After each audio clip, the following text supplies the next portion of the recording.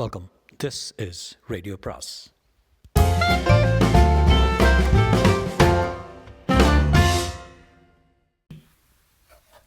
அனைவருக்கும் அன்பு வணக்கம். ராஜேஷ்குமாரின் நில் கவனி காதலி அத்தியாயம் 17.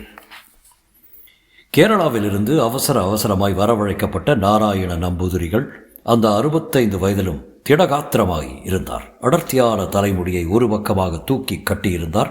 வலுவான புஜங்களிலும் தொப்பையிலும் பூசப்பட்ட விபூதி சந்தன தீற்றல்கள் மின்விசிறி காற்றில் மணத்தது.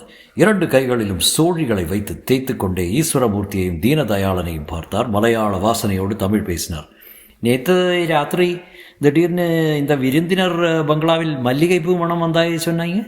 அந்த மனம் எவ்வளவு நேரம் இருந்தது? தீனதயாளன் சொன்னான். கிட்டத்தட்ட 10 நிமிடம் இருந்தது சுவாமி.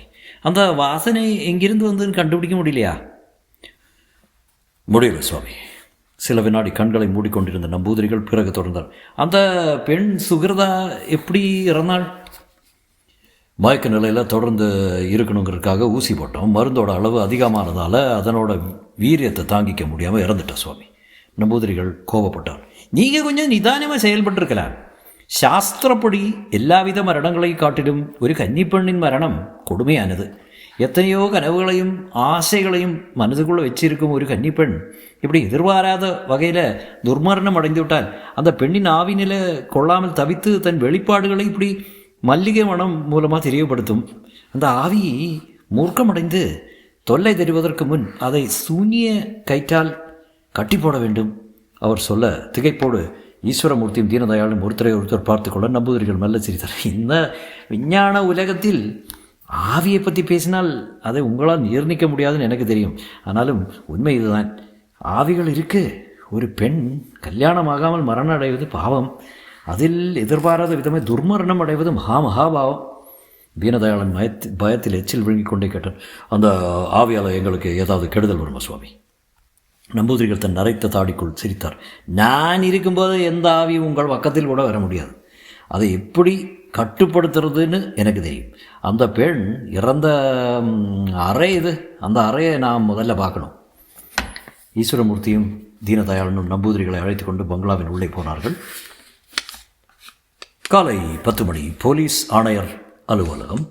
ஆணையர் மார்த்தாண்டத்துக்கு முன்பாய் சுரபியும் கௌதமும் கலங்கிய முகங்களோடு உட்கார்ந்திருக்க இன்ஸ்பெக்டர் அலெக்சாண்டர் ஆணையரின் மேசைக்கு கொஞ்சம் தள்ளி விரைப்பாய் நின்றிருந்தார். அவர் முகத்திலும் கவலை ஓடுகூடிய இறுக்கம் ஆணையரிடம் சொல்லிக் கொண்டிருந்தார்.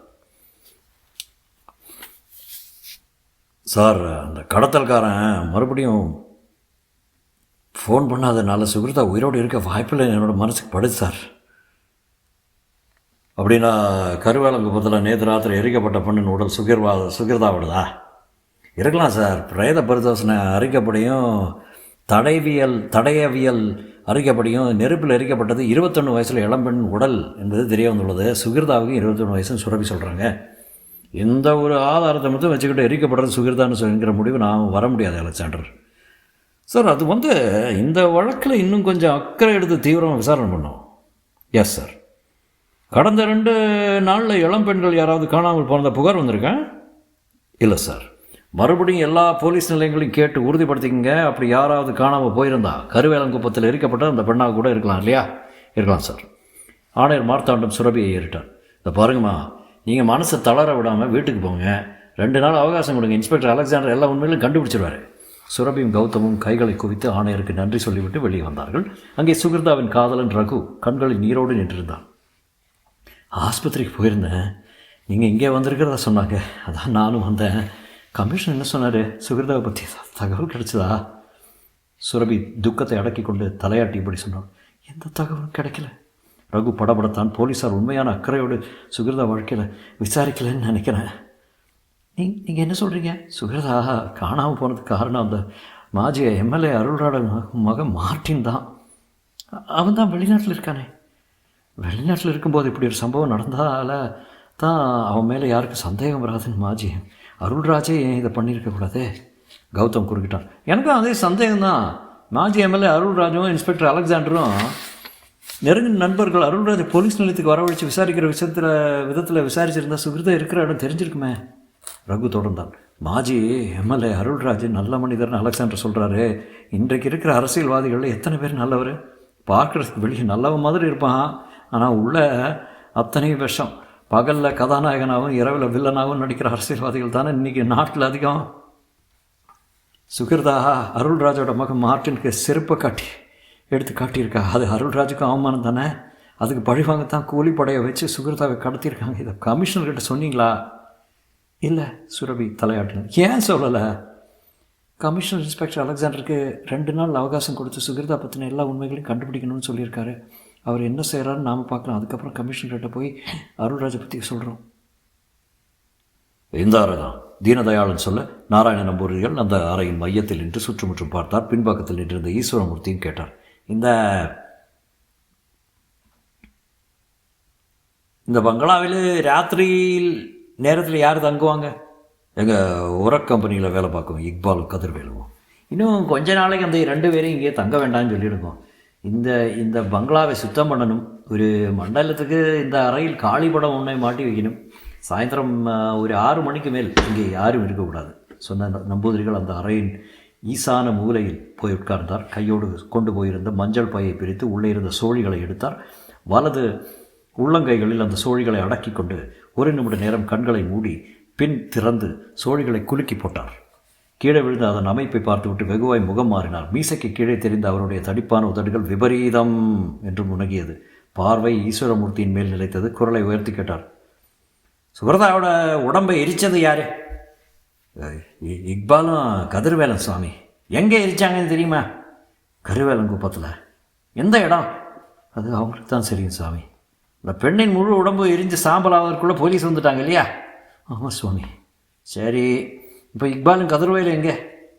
உரக்கம் பண்ணிட்டு இருக்காங்க. அவங்க 2 பேரையும் உடனே இங்கே வரவழைங்கோ. எதுக்கு சுவாமி?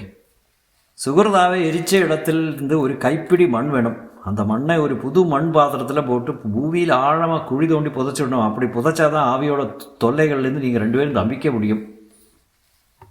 ஈஸ்வரமூர்த்தி தீனதயாளனை பார்த்து தலையசைக்க அவன் தன் செல்ஃபோனை எடுத்து இக்பாலின் செல்ஃபோனோடு தொடர்பு கொண்டான். இக்பால், ஐயா, நீயும் கதிர்வேலும் உடனே புறப்பட்டு நம்ம விருந்தினர் விடுதிக்கு வாங்க. ஏதாவது பிரச்சனை ஐயா? ஃபோனில் எதுவும் பேச வேண்டாம், நேரில் வாங்க. உடனே புறப்பட்டு வர்றோம் ஐயா. அவர்கள் இருவரும் வந்தார்கள். நம்பூதிரியை பார்த்ததும் கால்கள் விழுந்து கும்பிட்டு விட்டு கைகளை மார்புக்கு குறுக்காய் கட்டியபடி சுவரோரமாய் நின்றார்கள். நம்பூதிரிகள் 2 பேரையும் மாறி மாறி பார்த்து விட்டு கேட்டார். அந்த பொண்ணோட உடம்பை எந்த இடத்துல எரிச்சிங்கன்னு உங்களுக்கு தெரியுமா? தெரியும் சாமி. அந்த இடத்துல இன்றைக்கி ஒரு கைப்பிடி மண் வேணும். போய் கொண்டு வர முடியுமா? முடியும் சுவாமி. தலையாட்டிய இக்பால் கேட்டான்.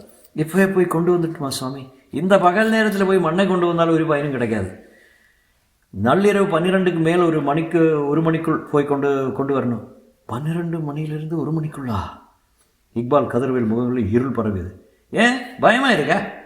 நம்பூதிரிகள் கேட்டுக்கொண்டிருக்கும் போதே பக்கத்தில் நின்று தீனதயாளன் பதற்றக்குரல் குறுக்கிட்டு, சுவாமி, அந்த பூமணம் அடிக்குது. நம்பூதிரிகள் பார்வையை ஒரே இடத்தில் நிறுத்தி மூச்சை இழுத்தார். குப் என்ற மல்லிகை மனம் மூச்சை அடைக்கிற மாதிரி அவர் நாசிக்குள் ஏறியது. தொடரும்.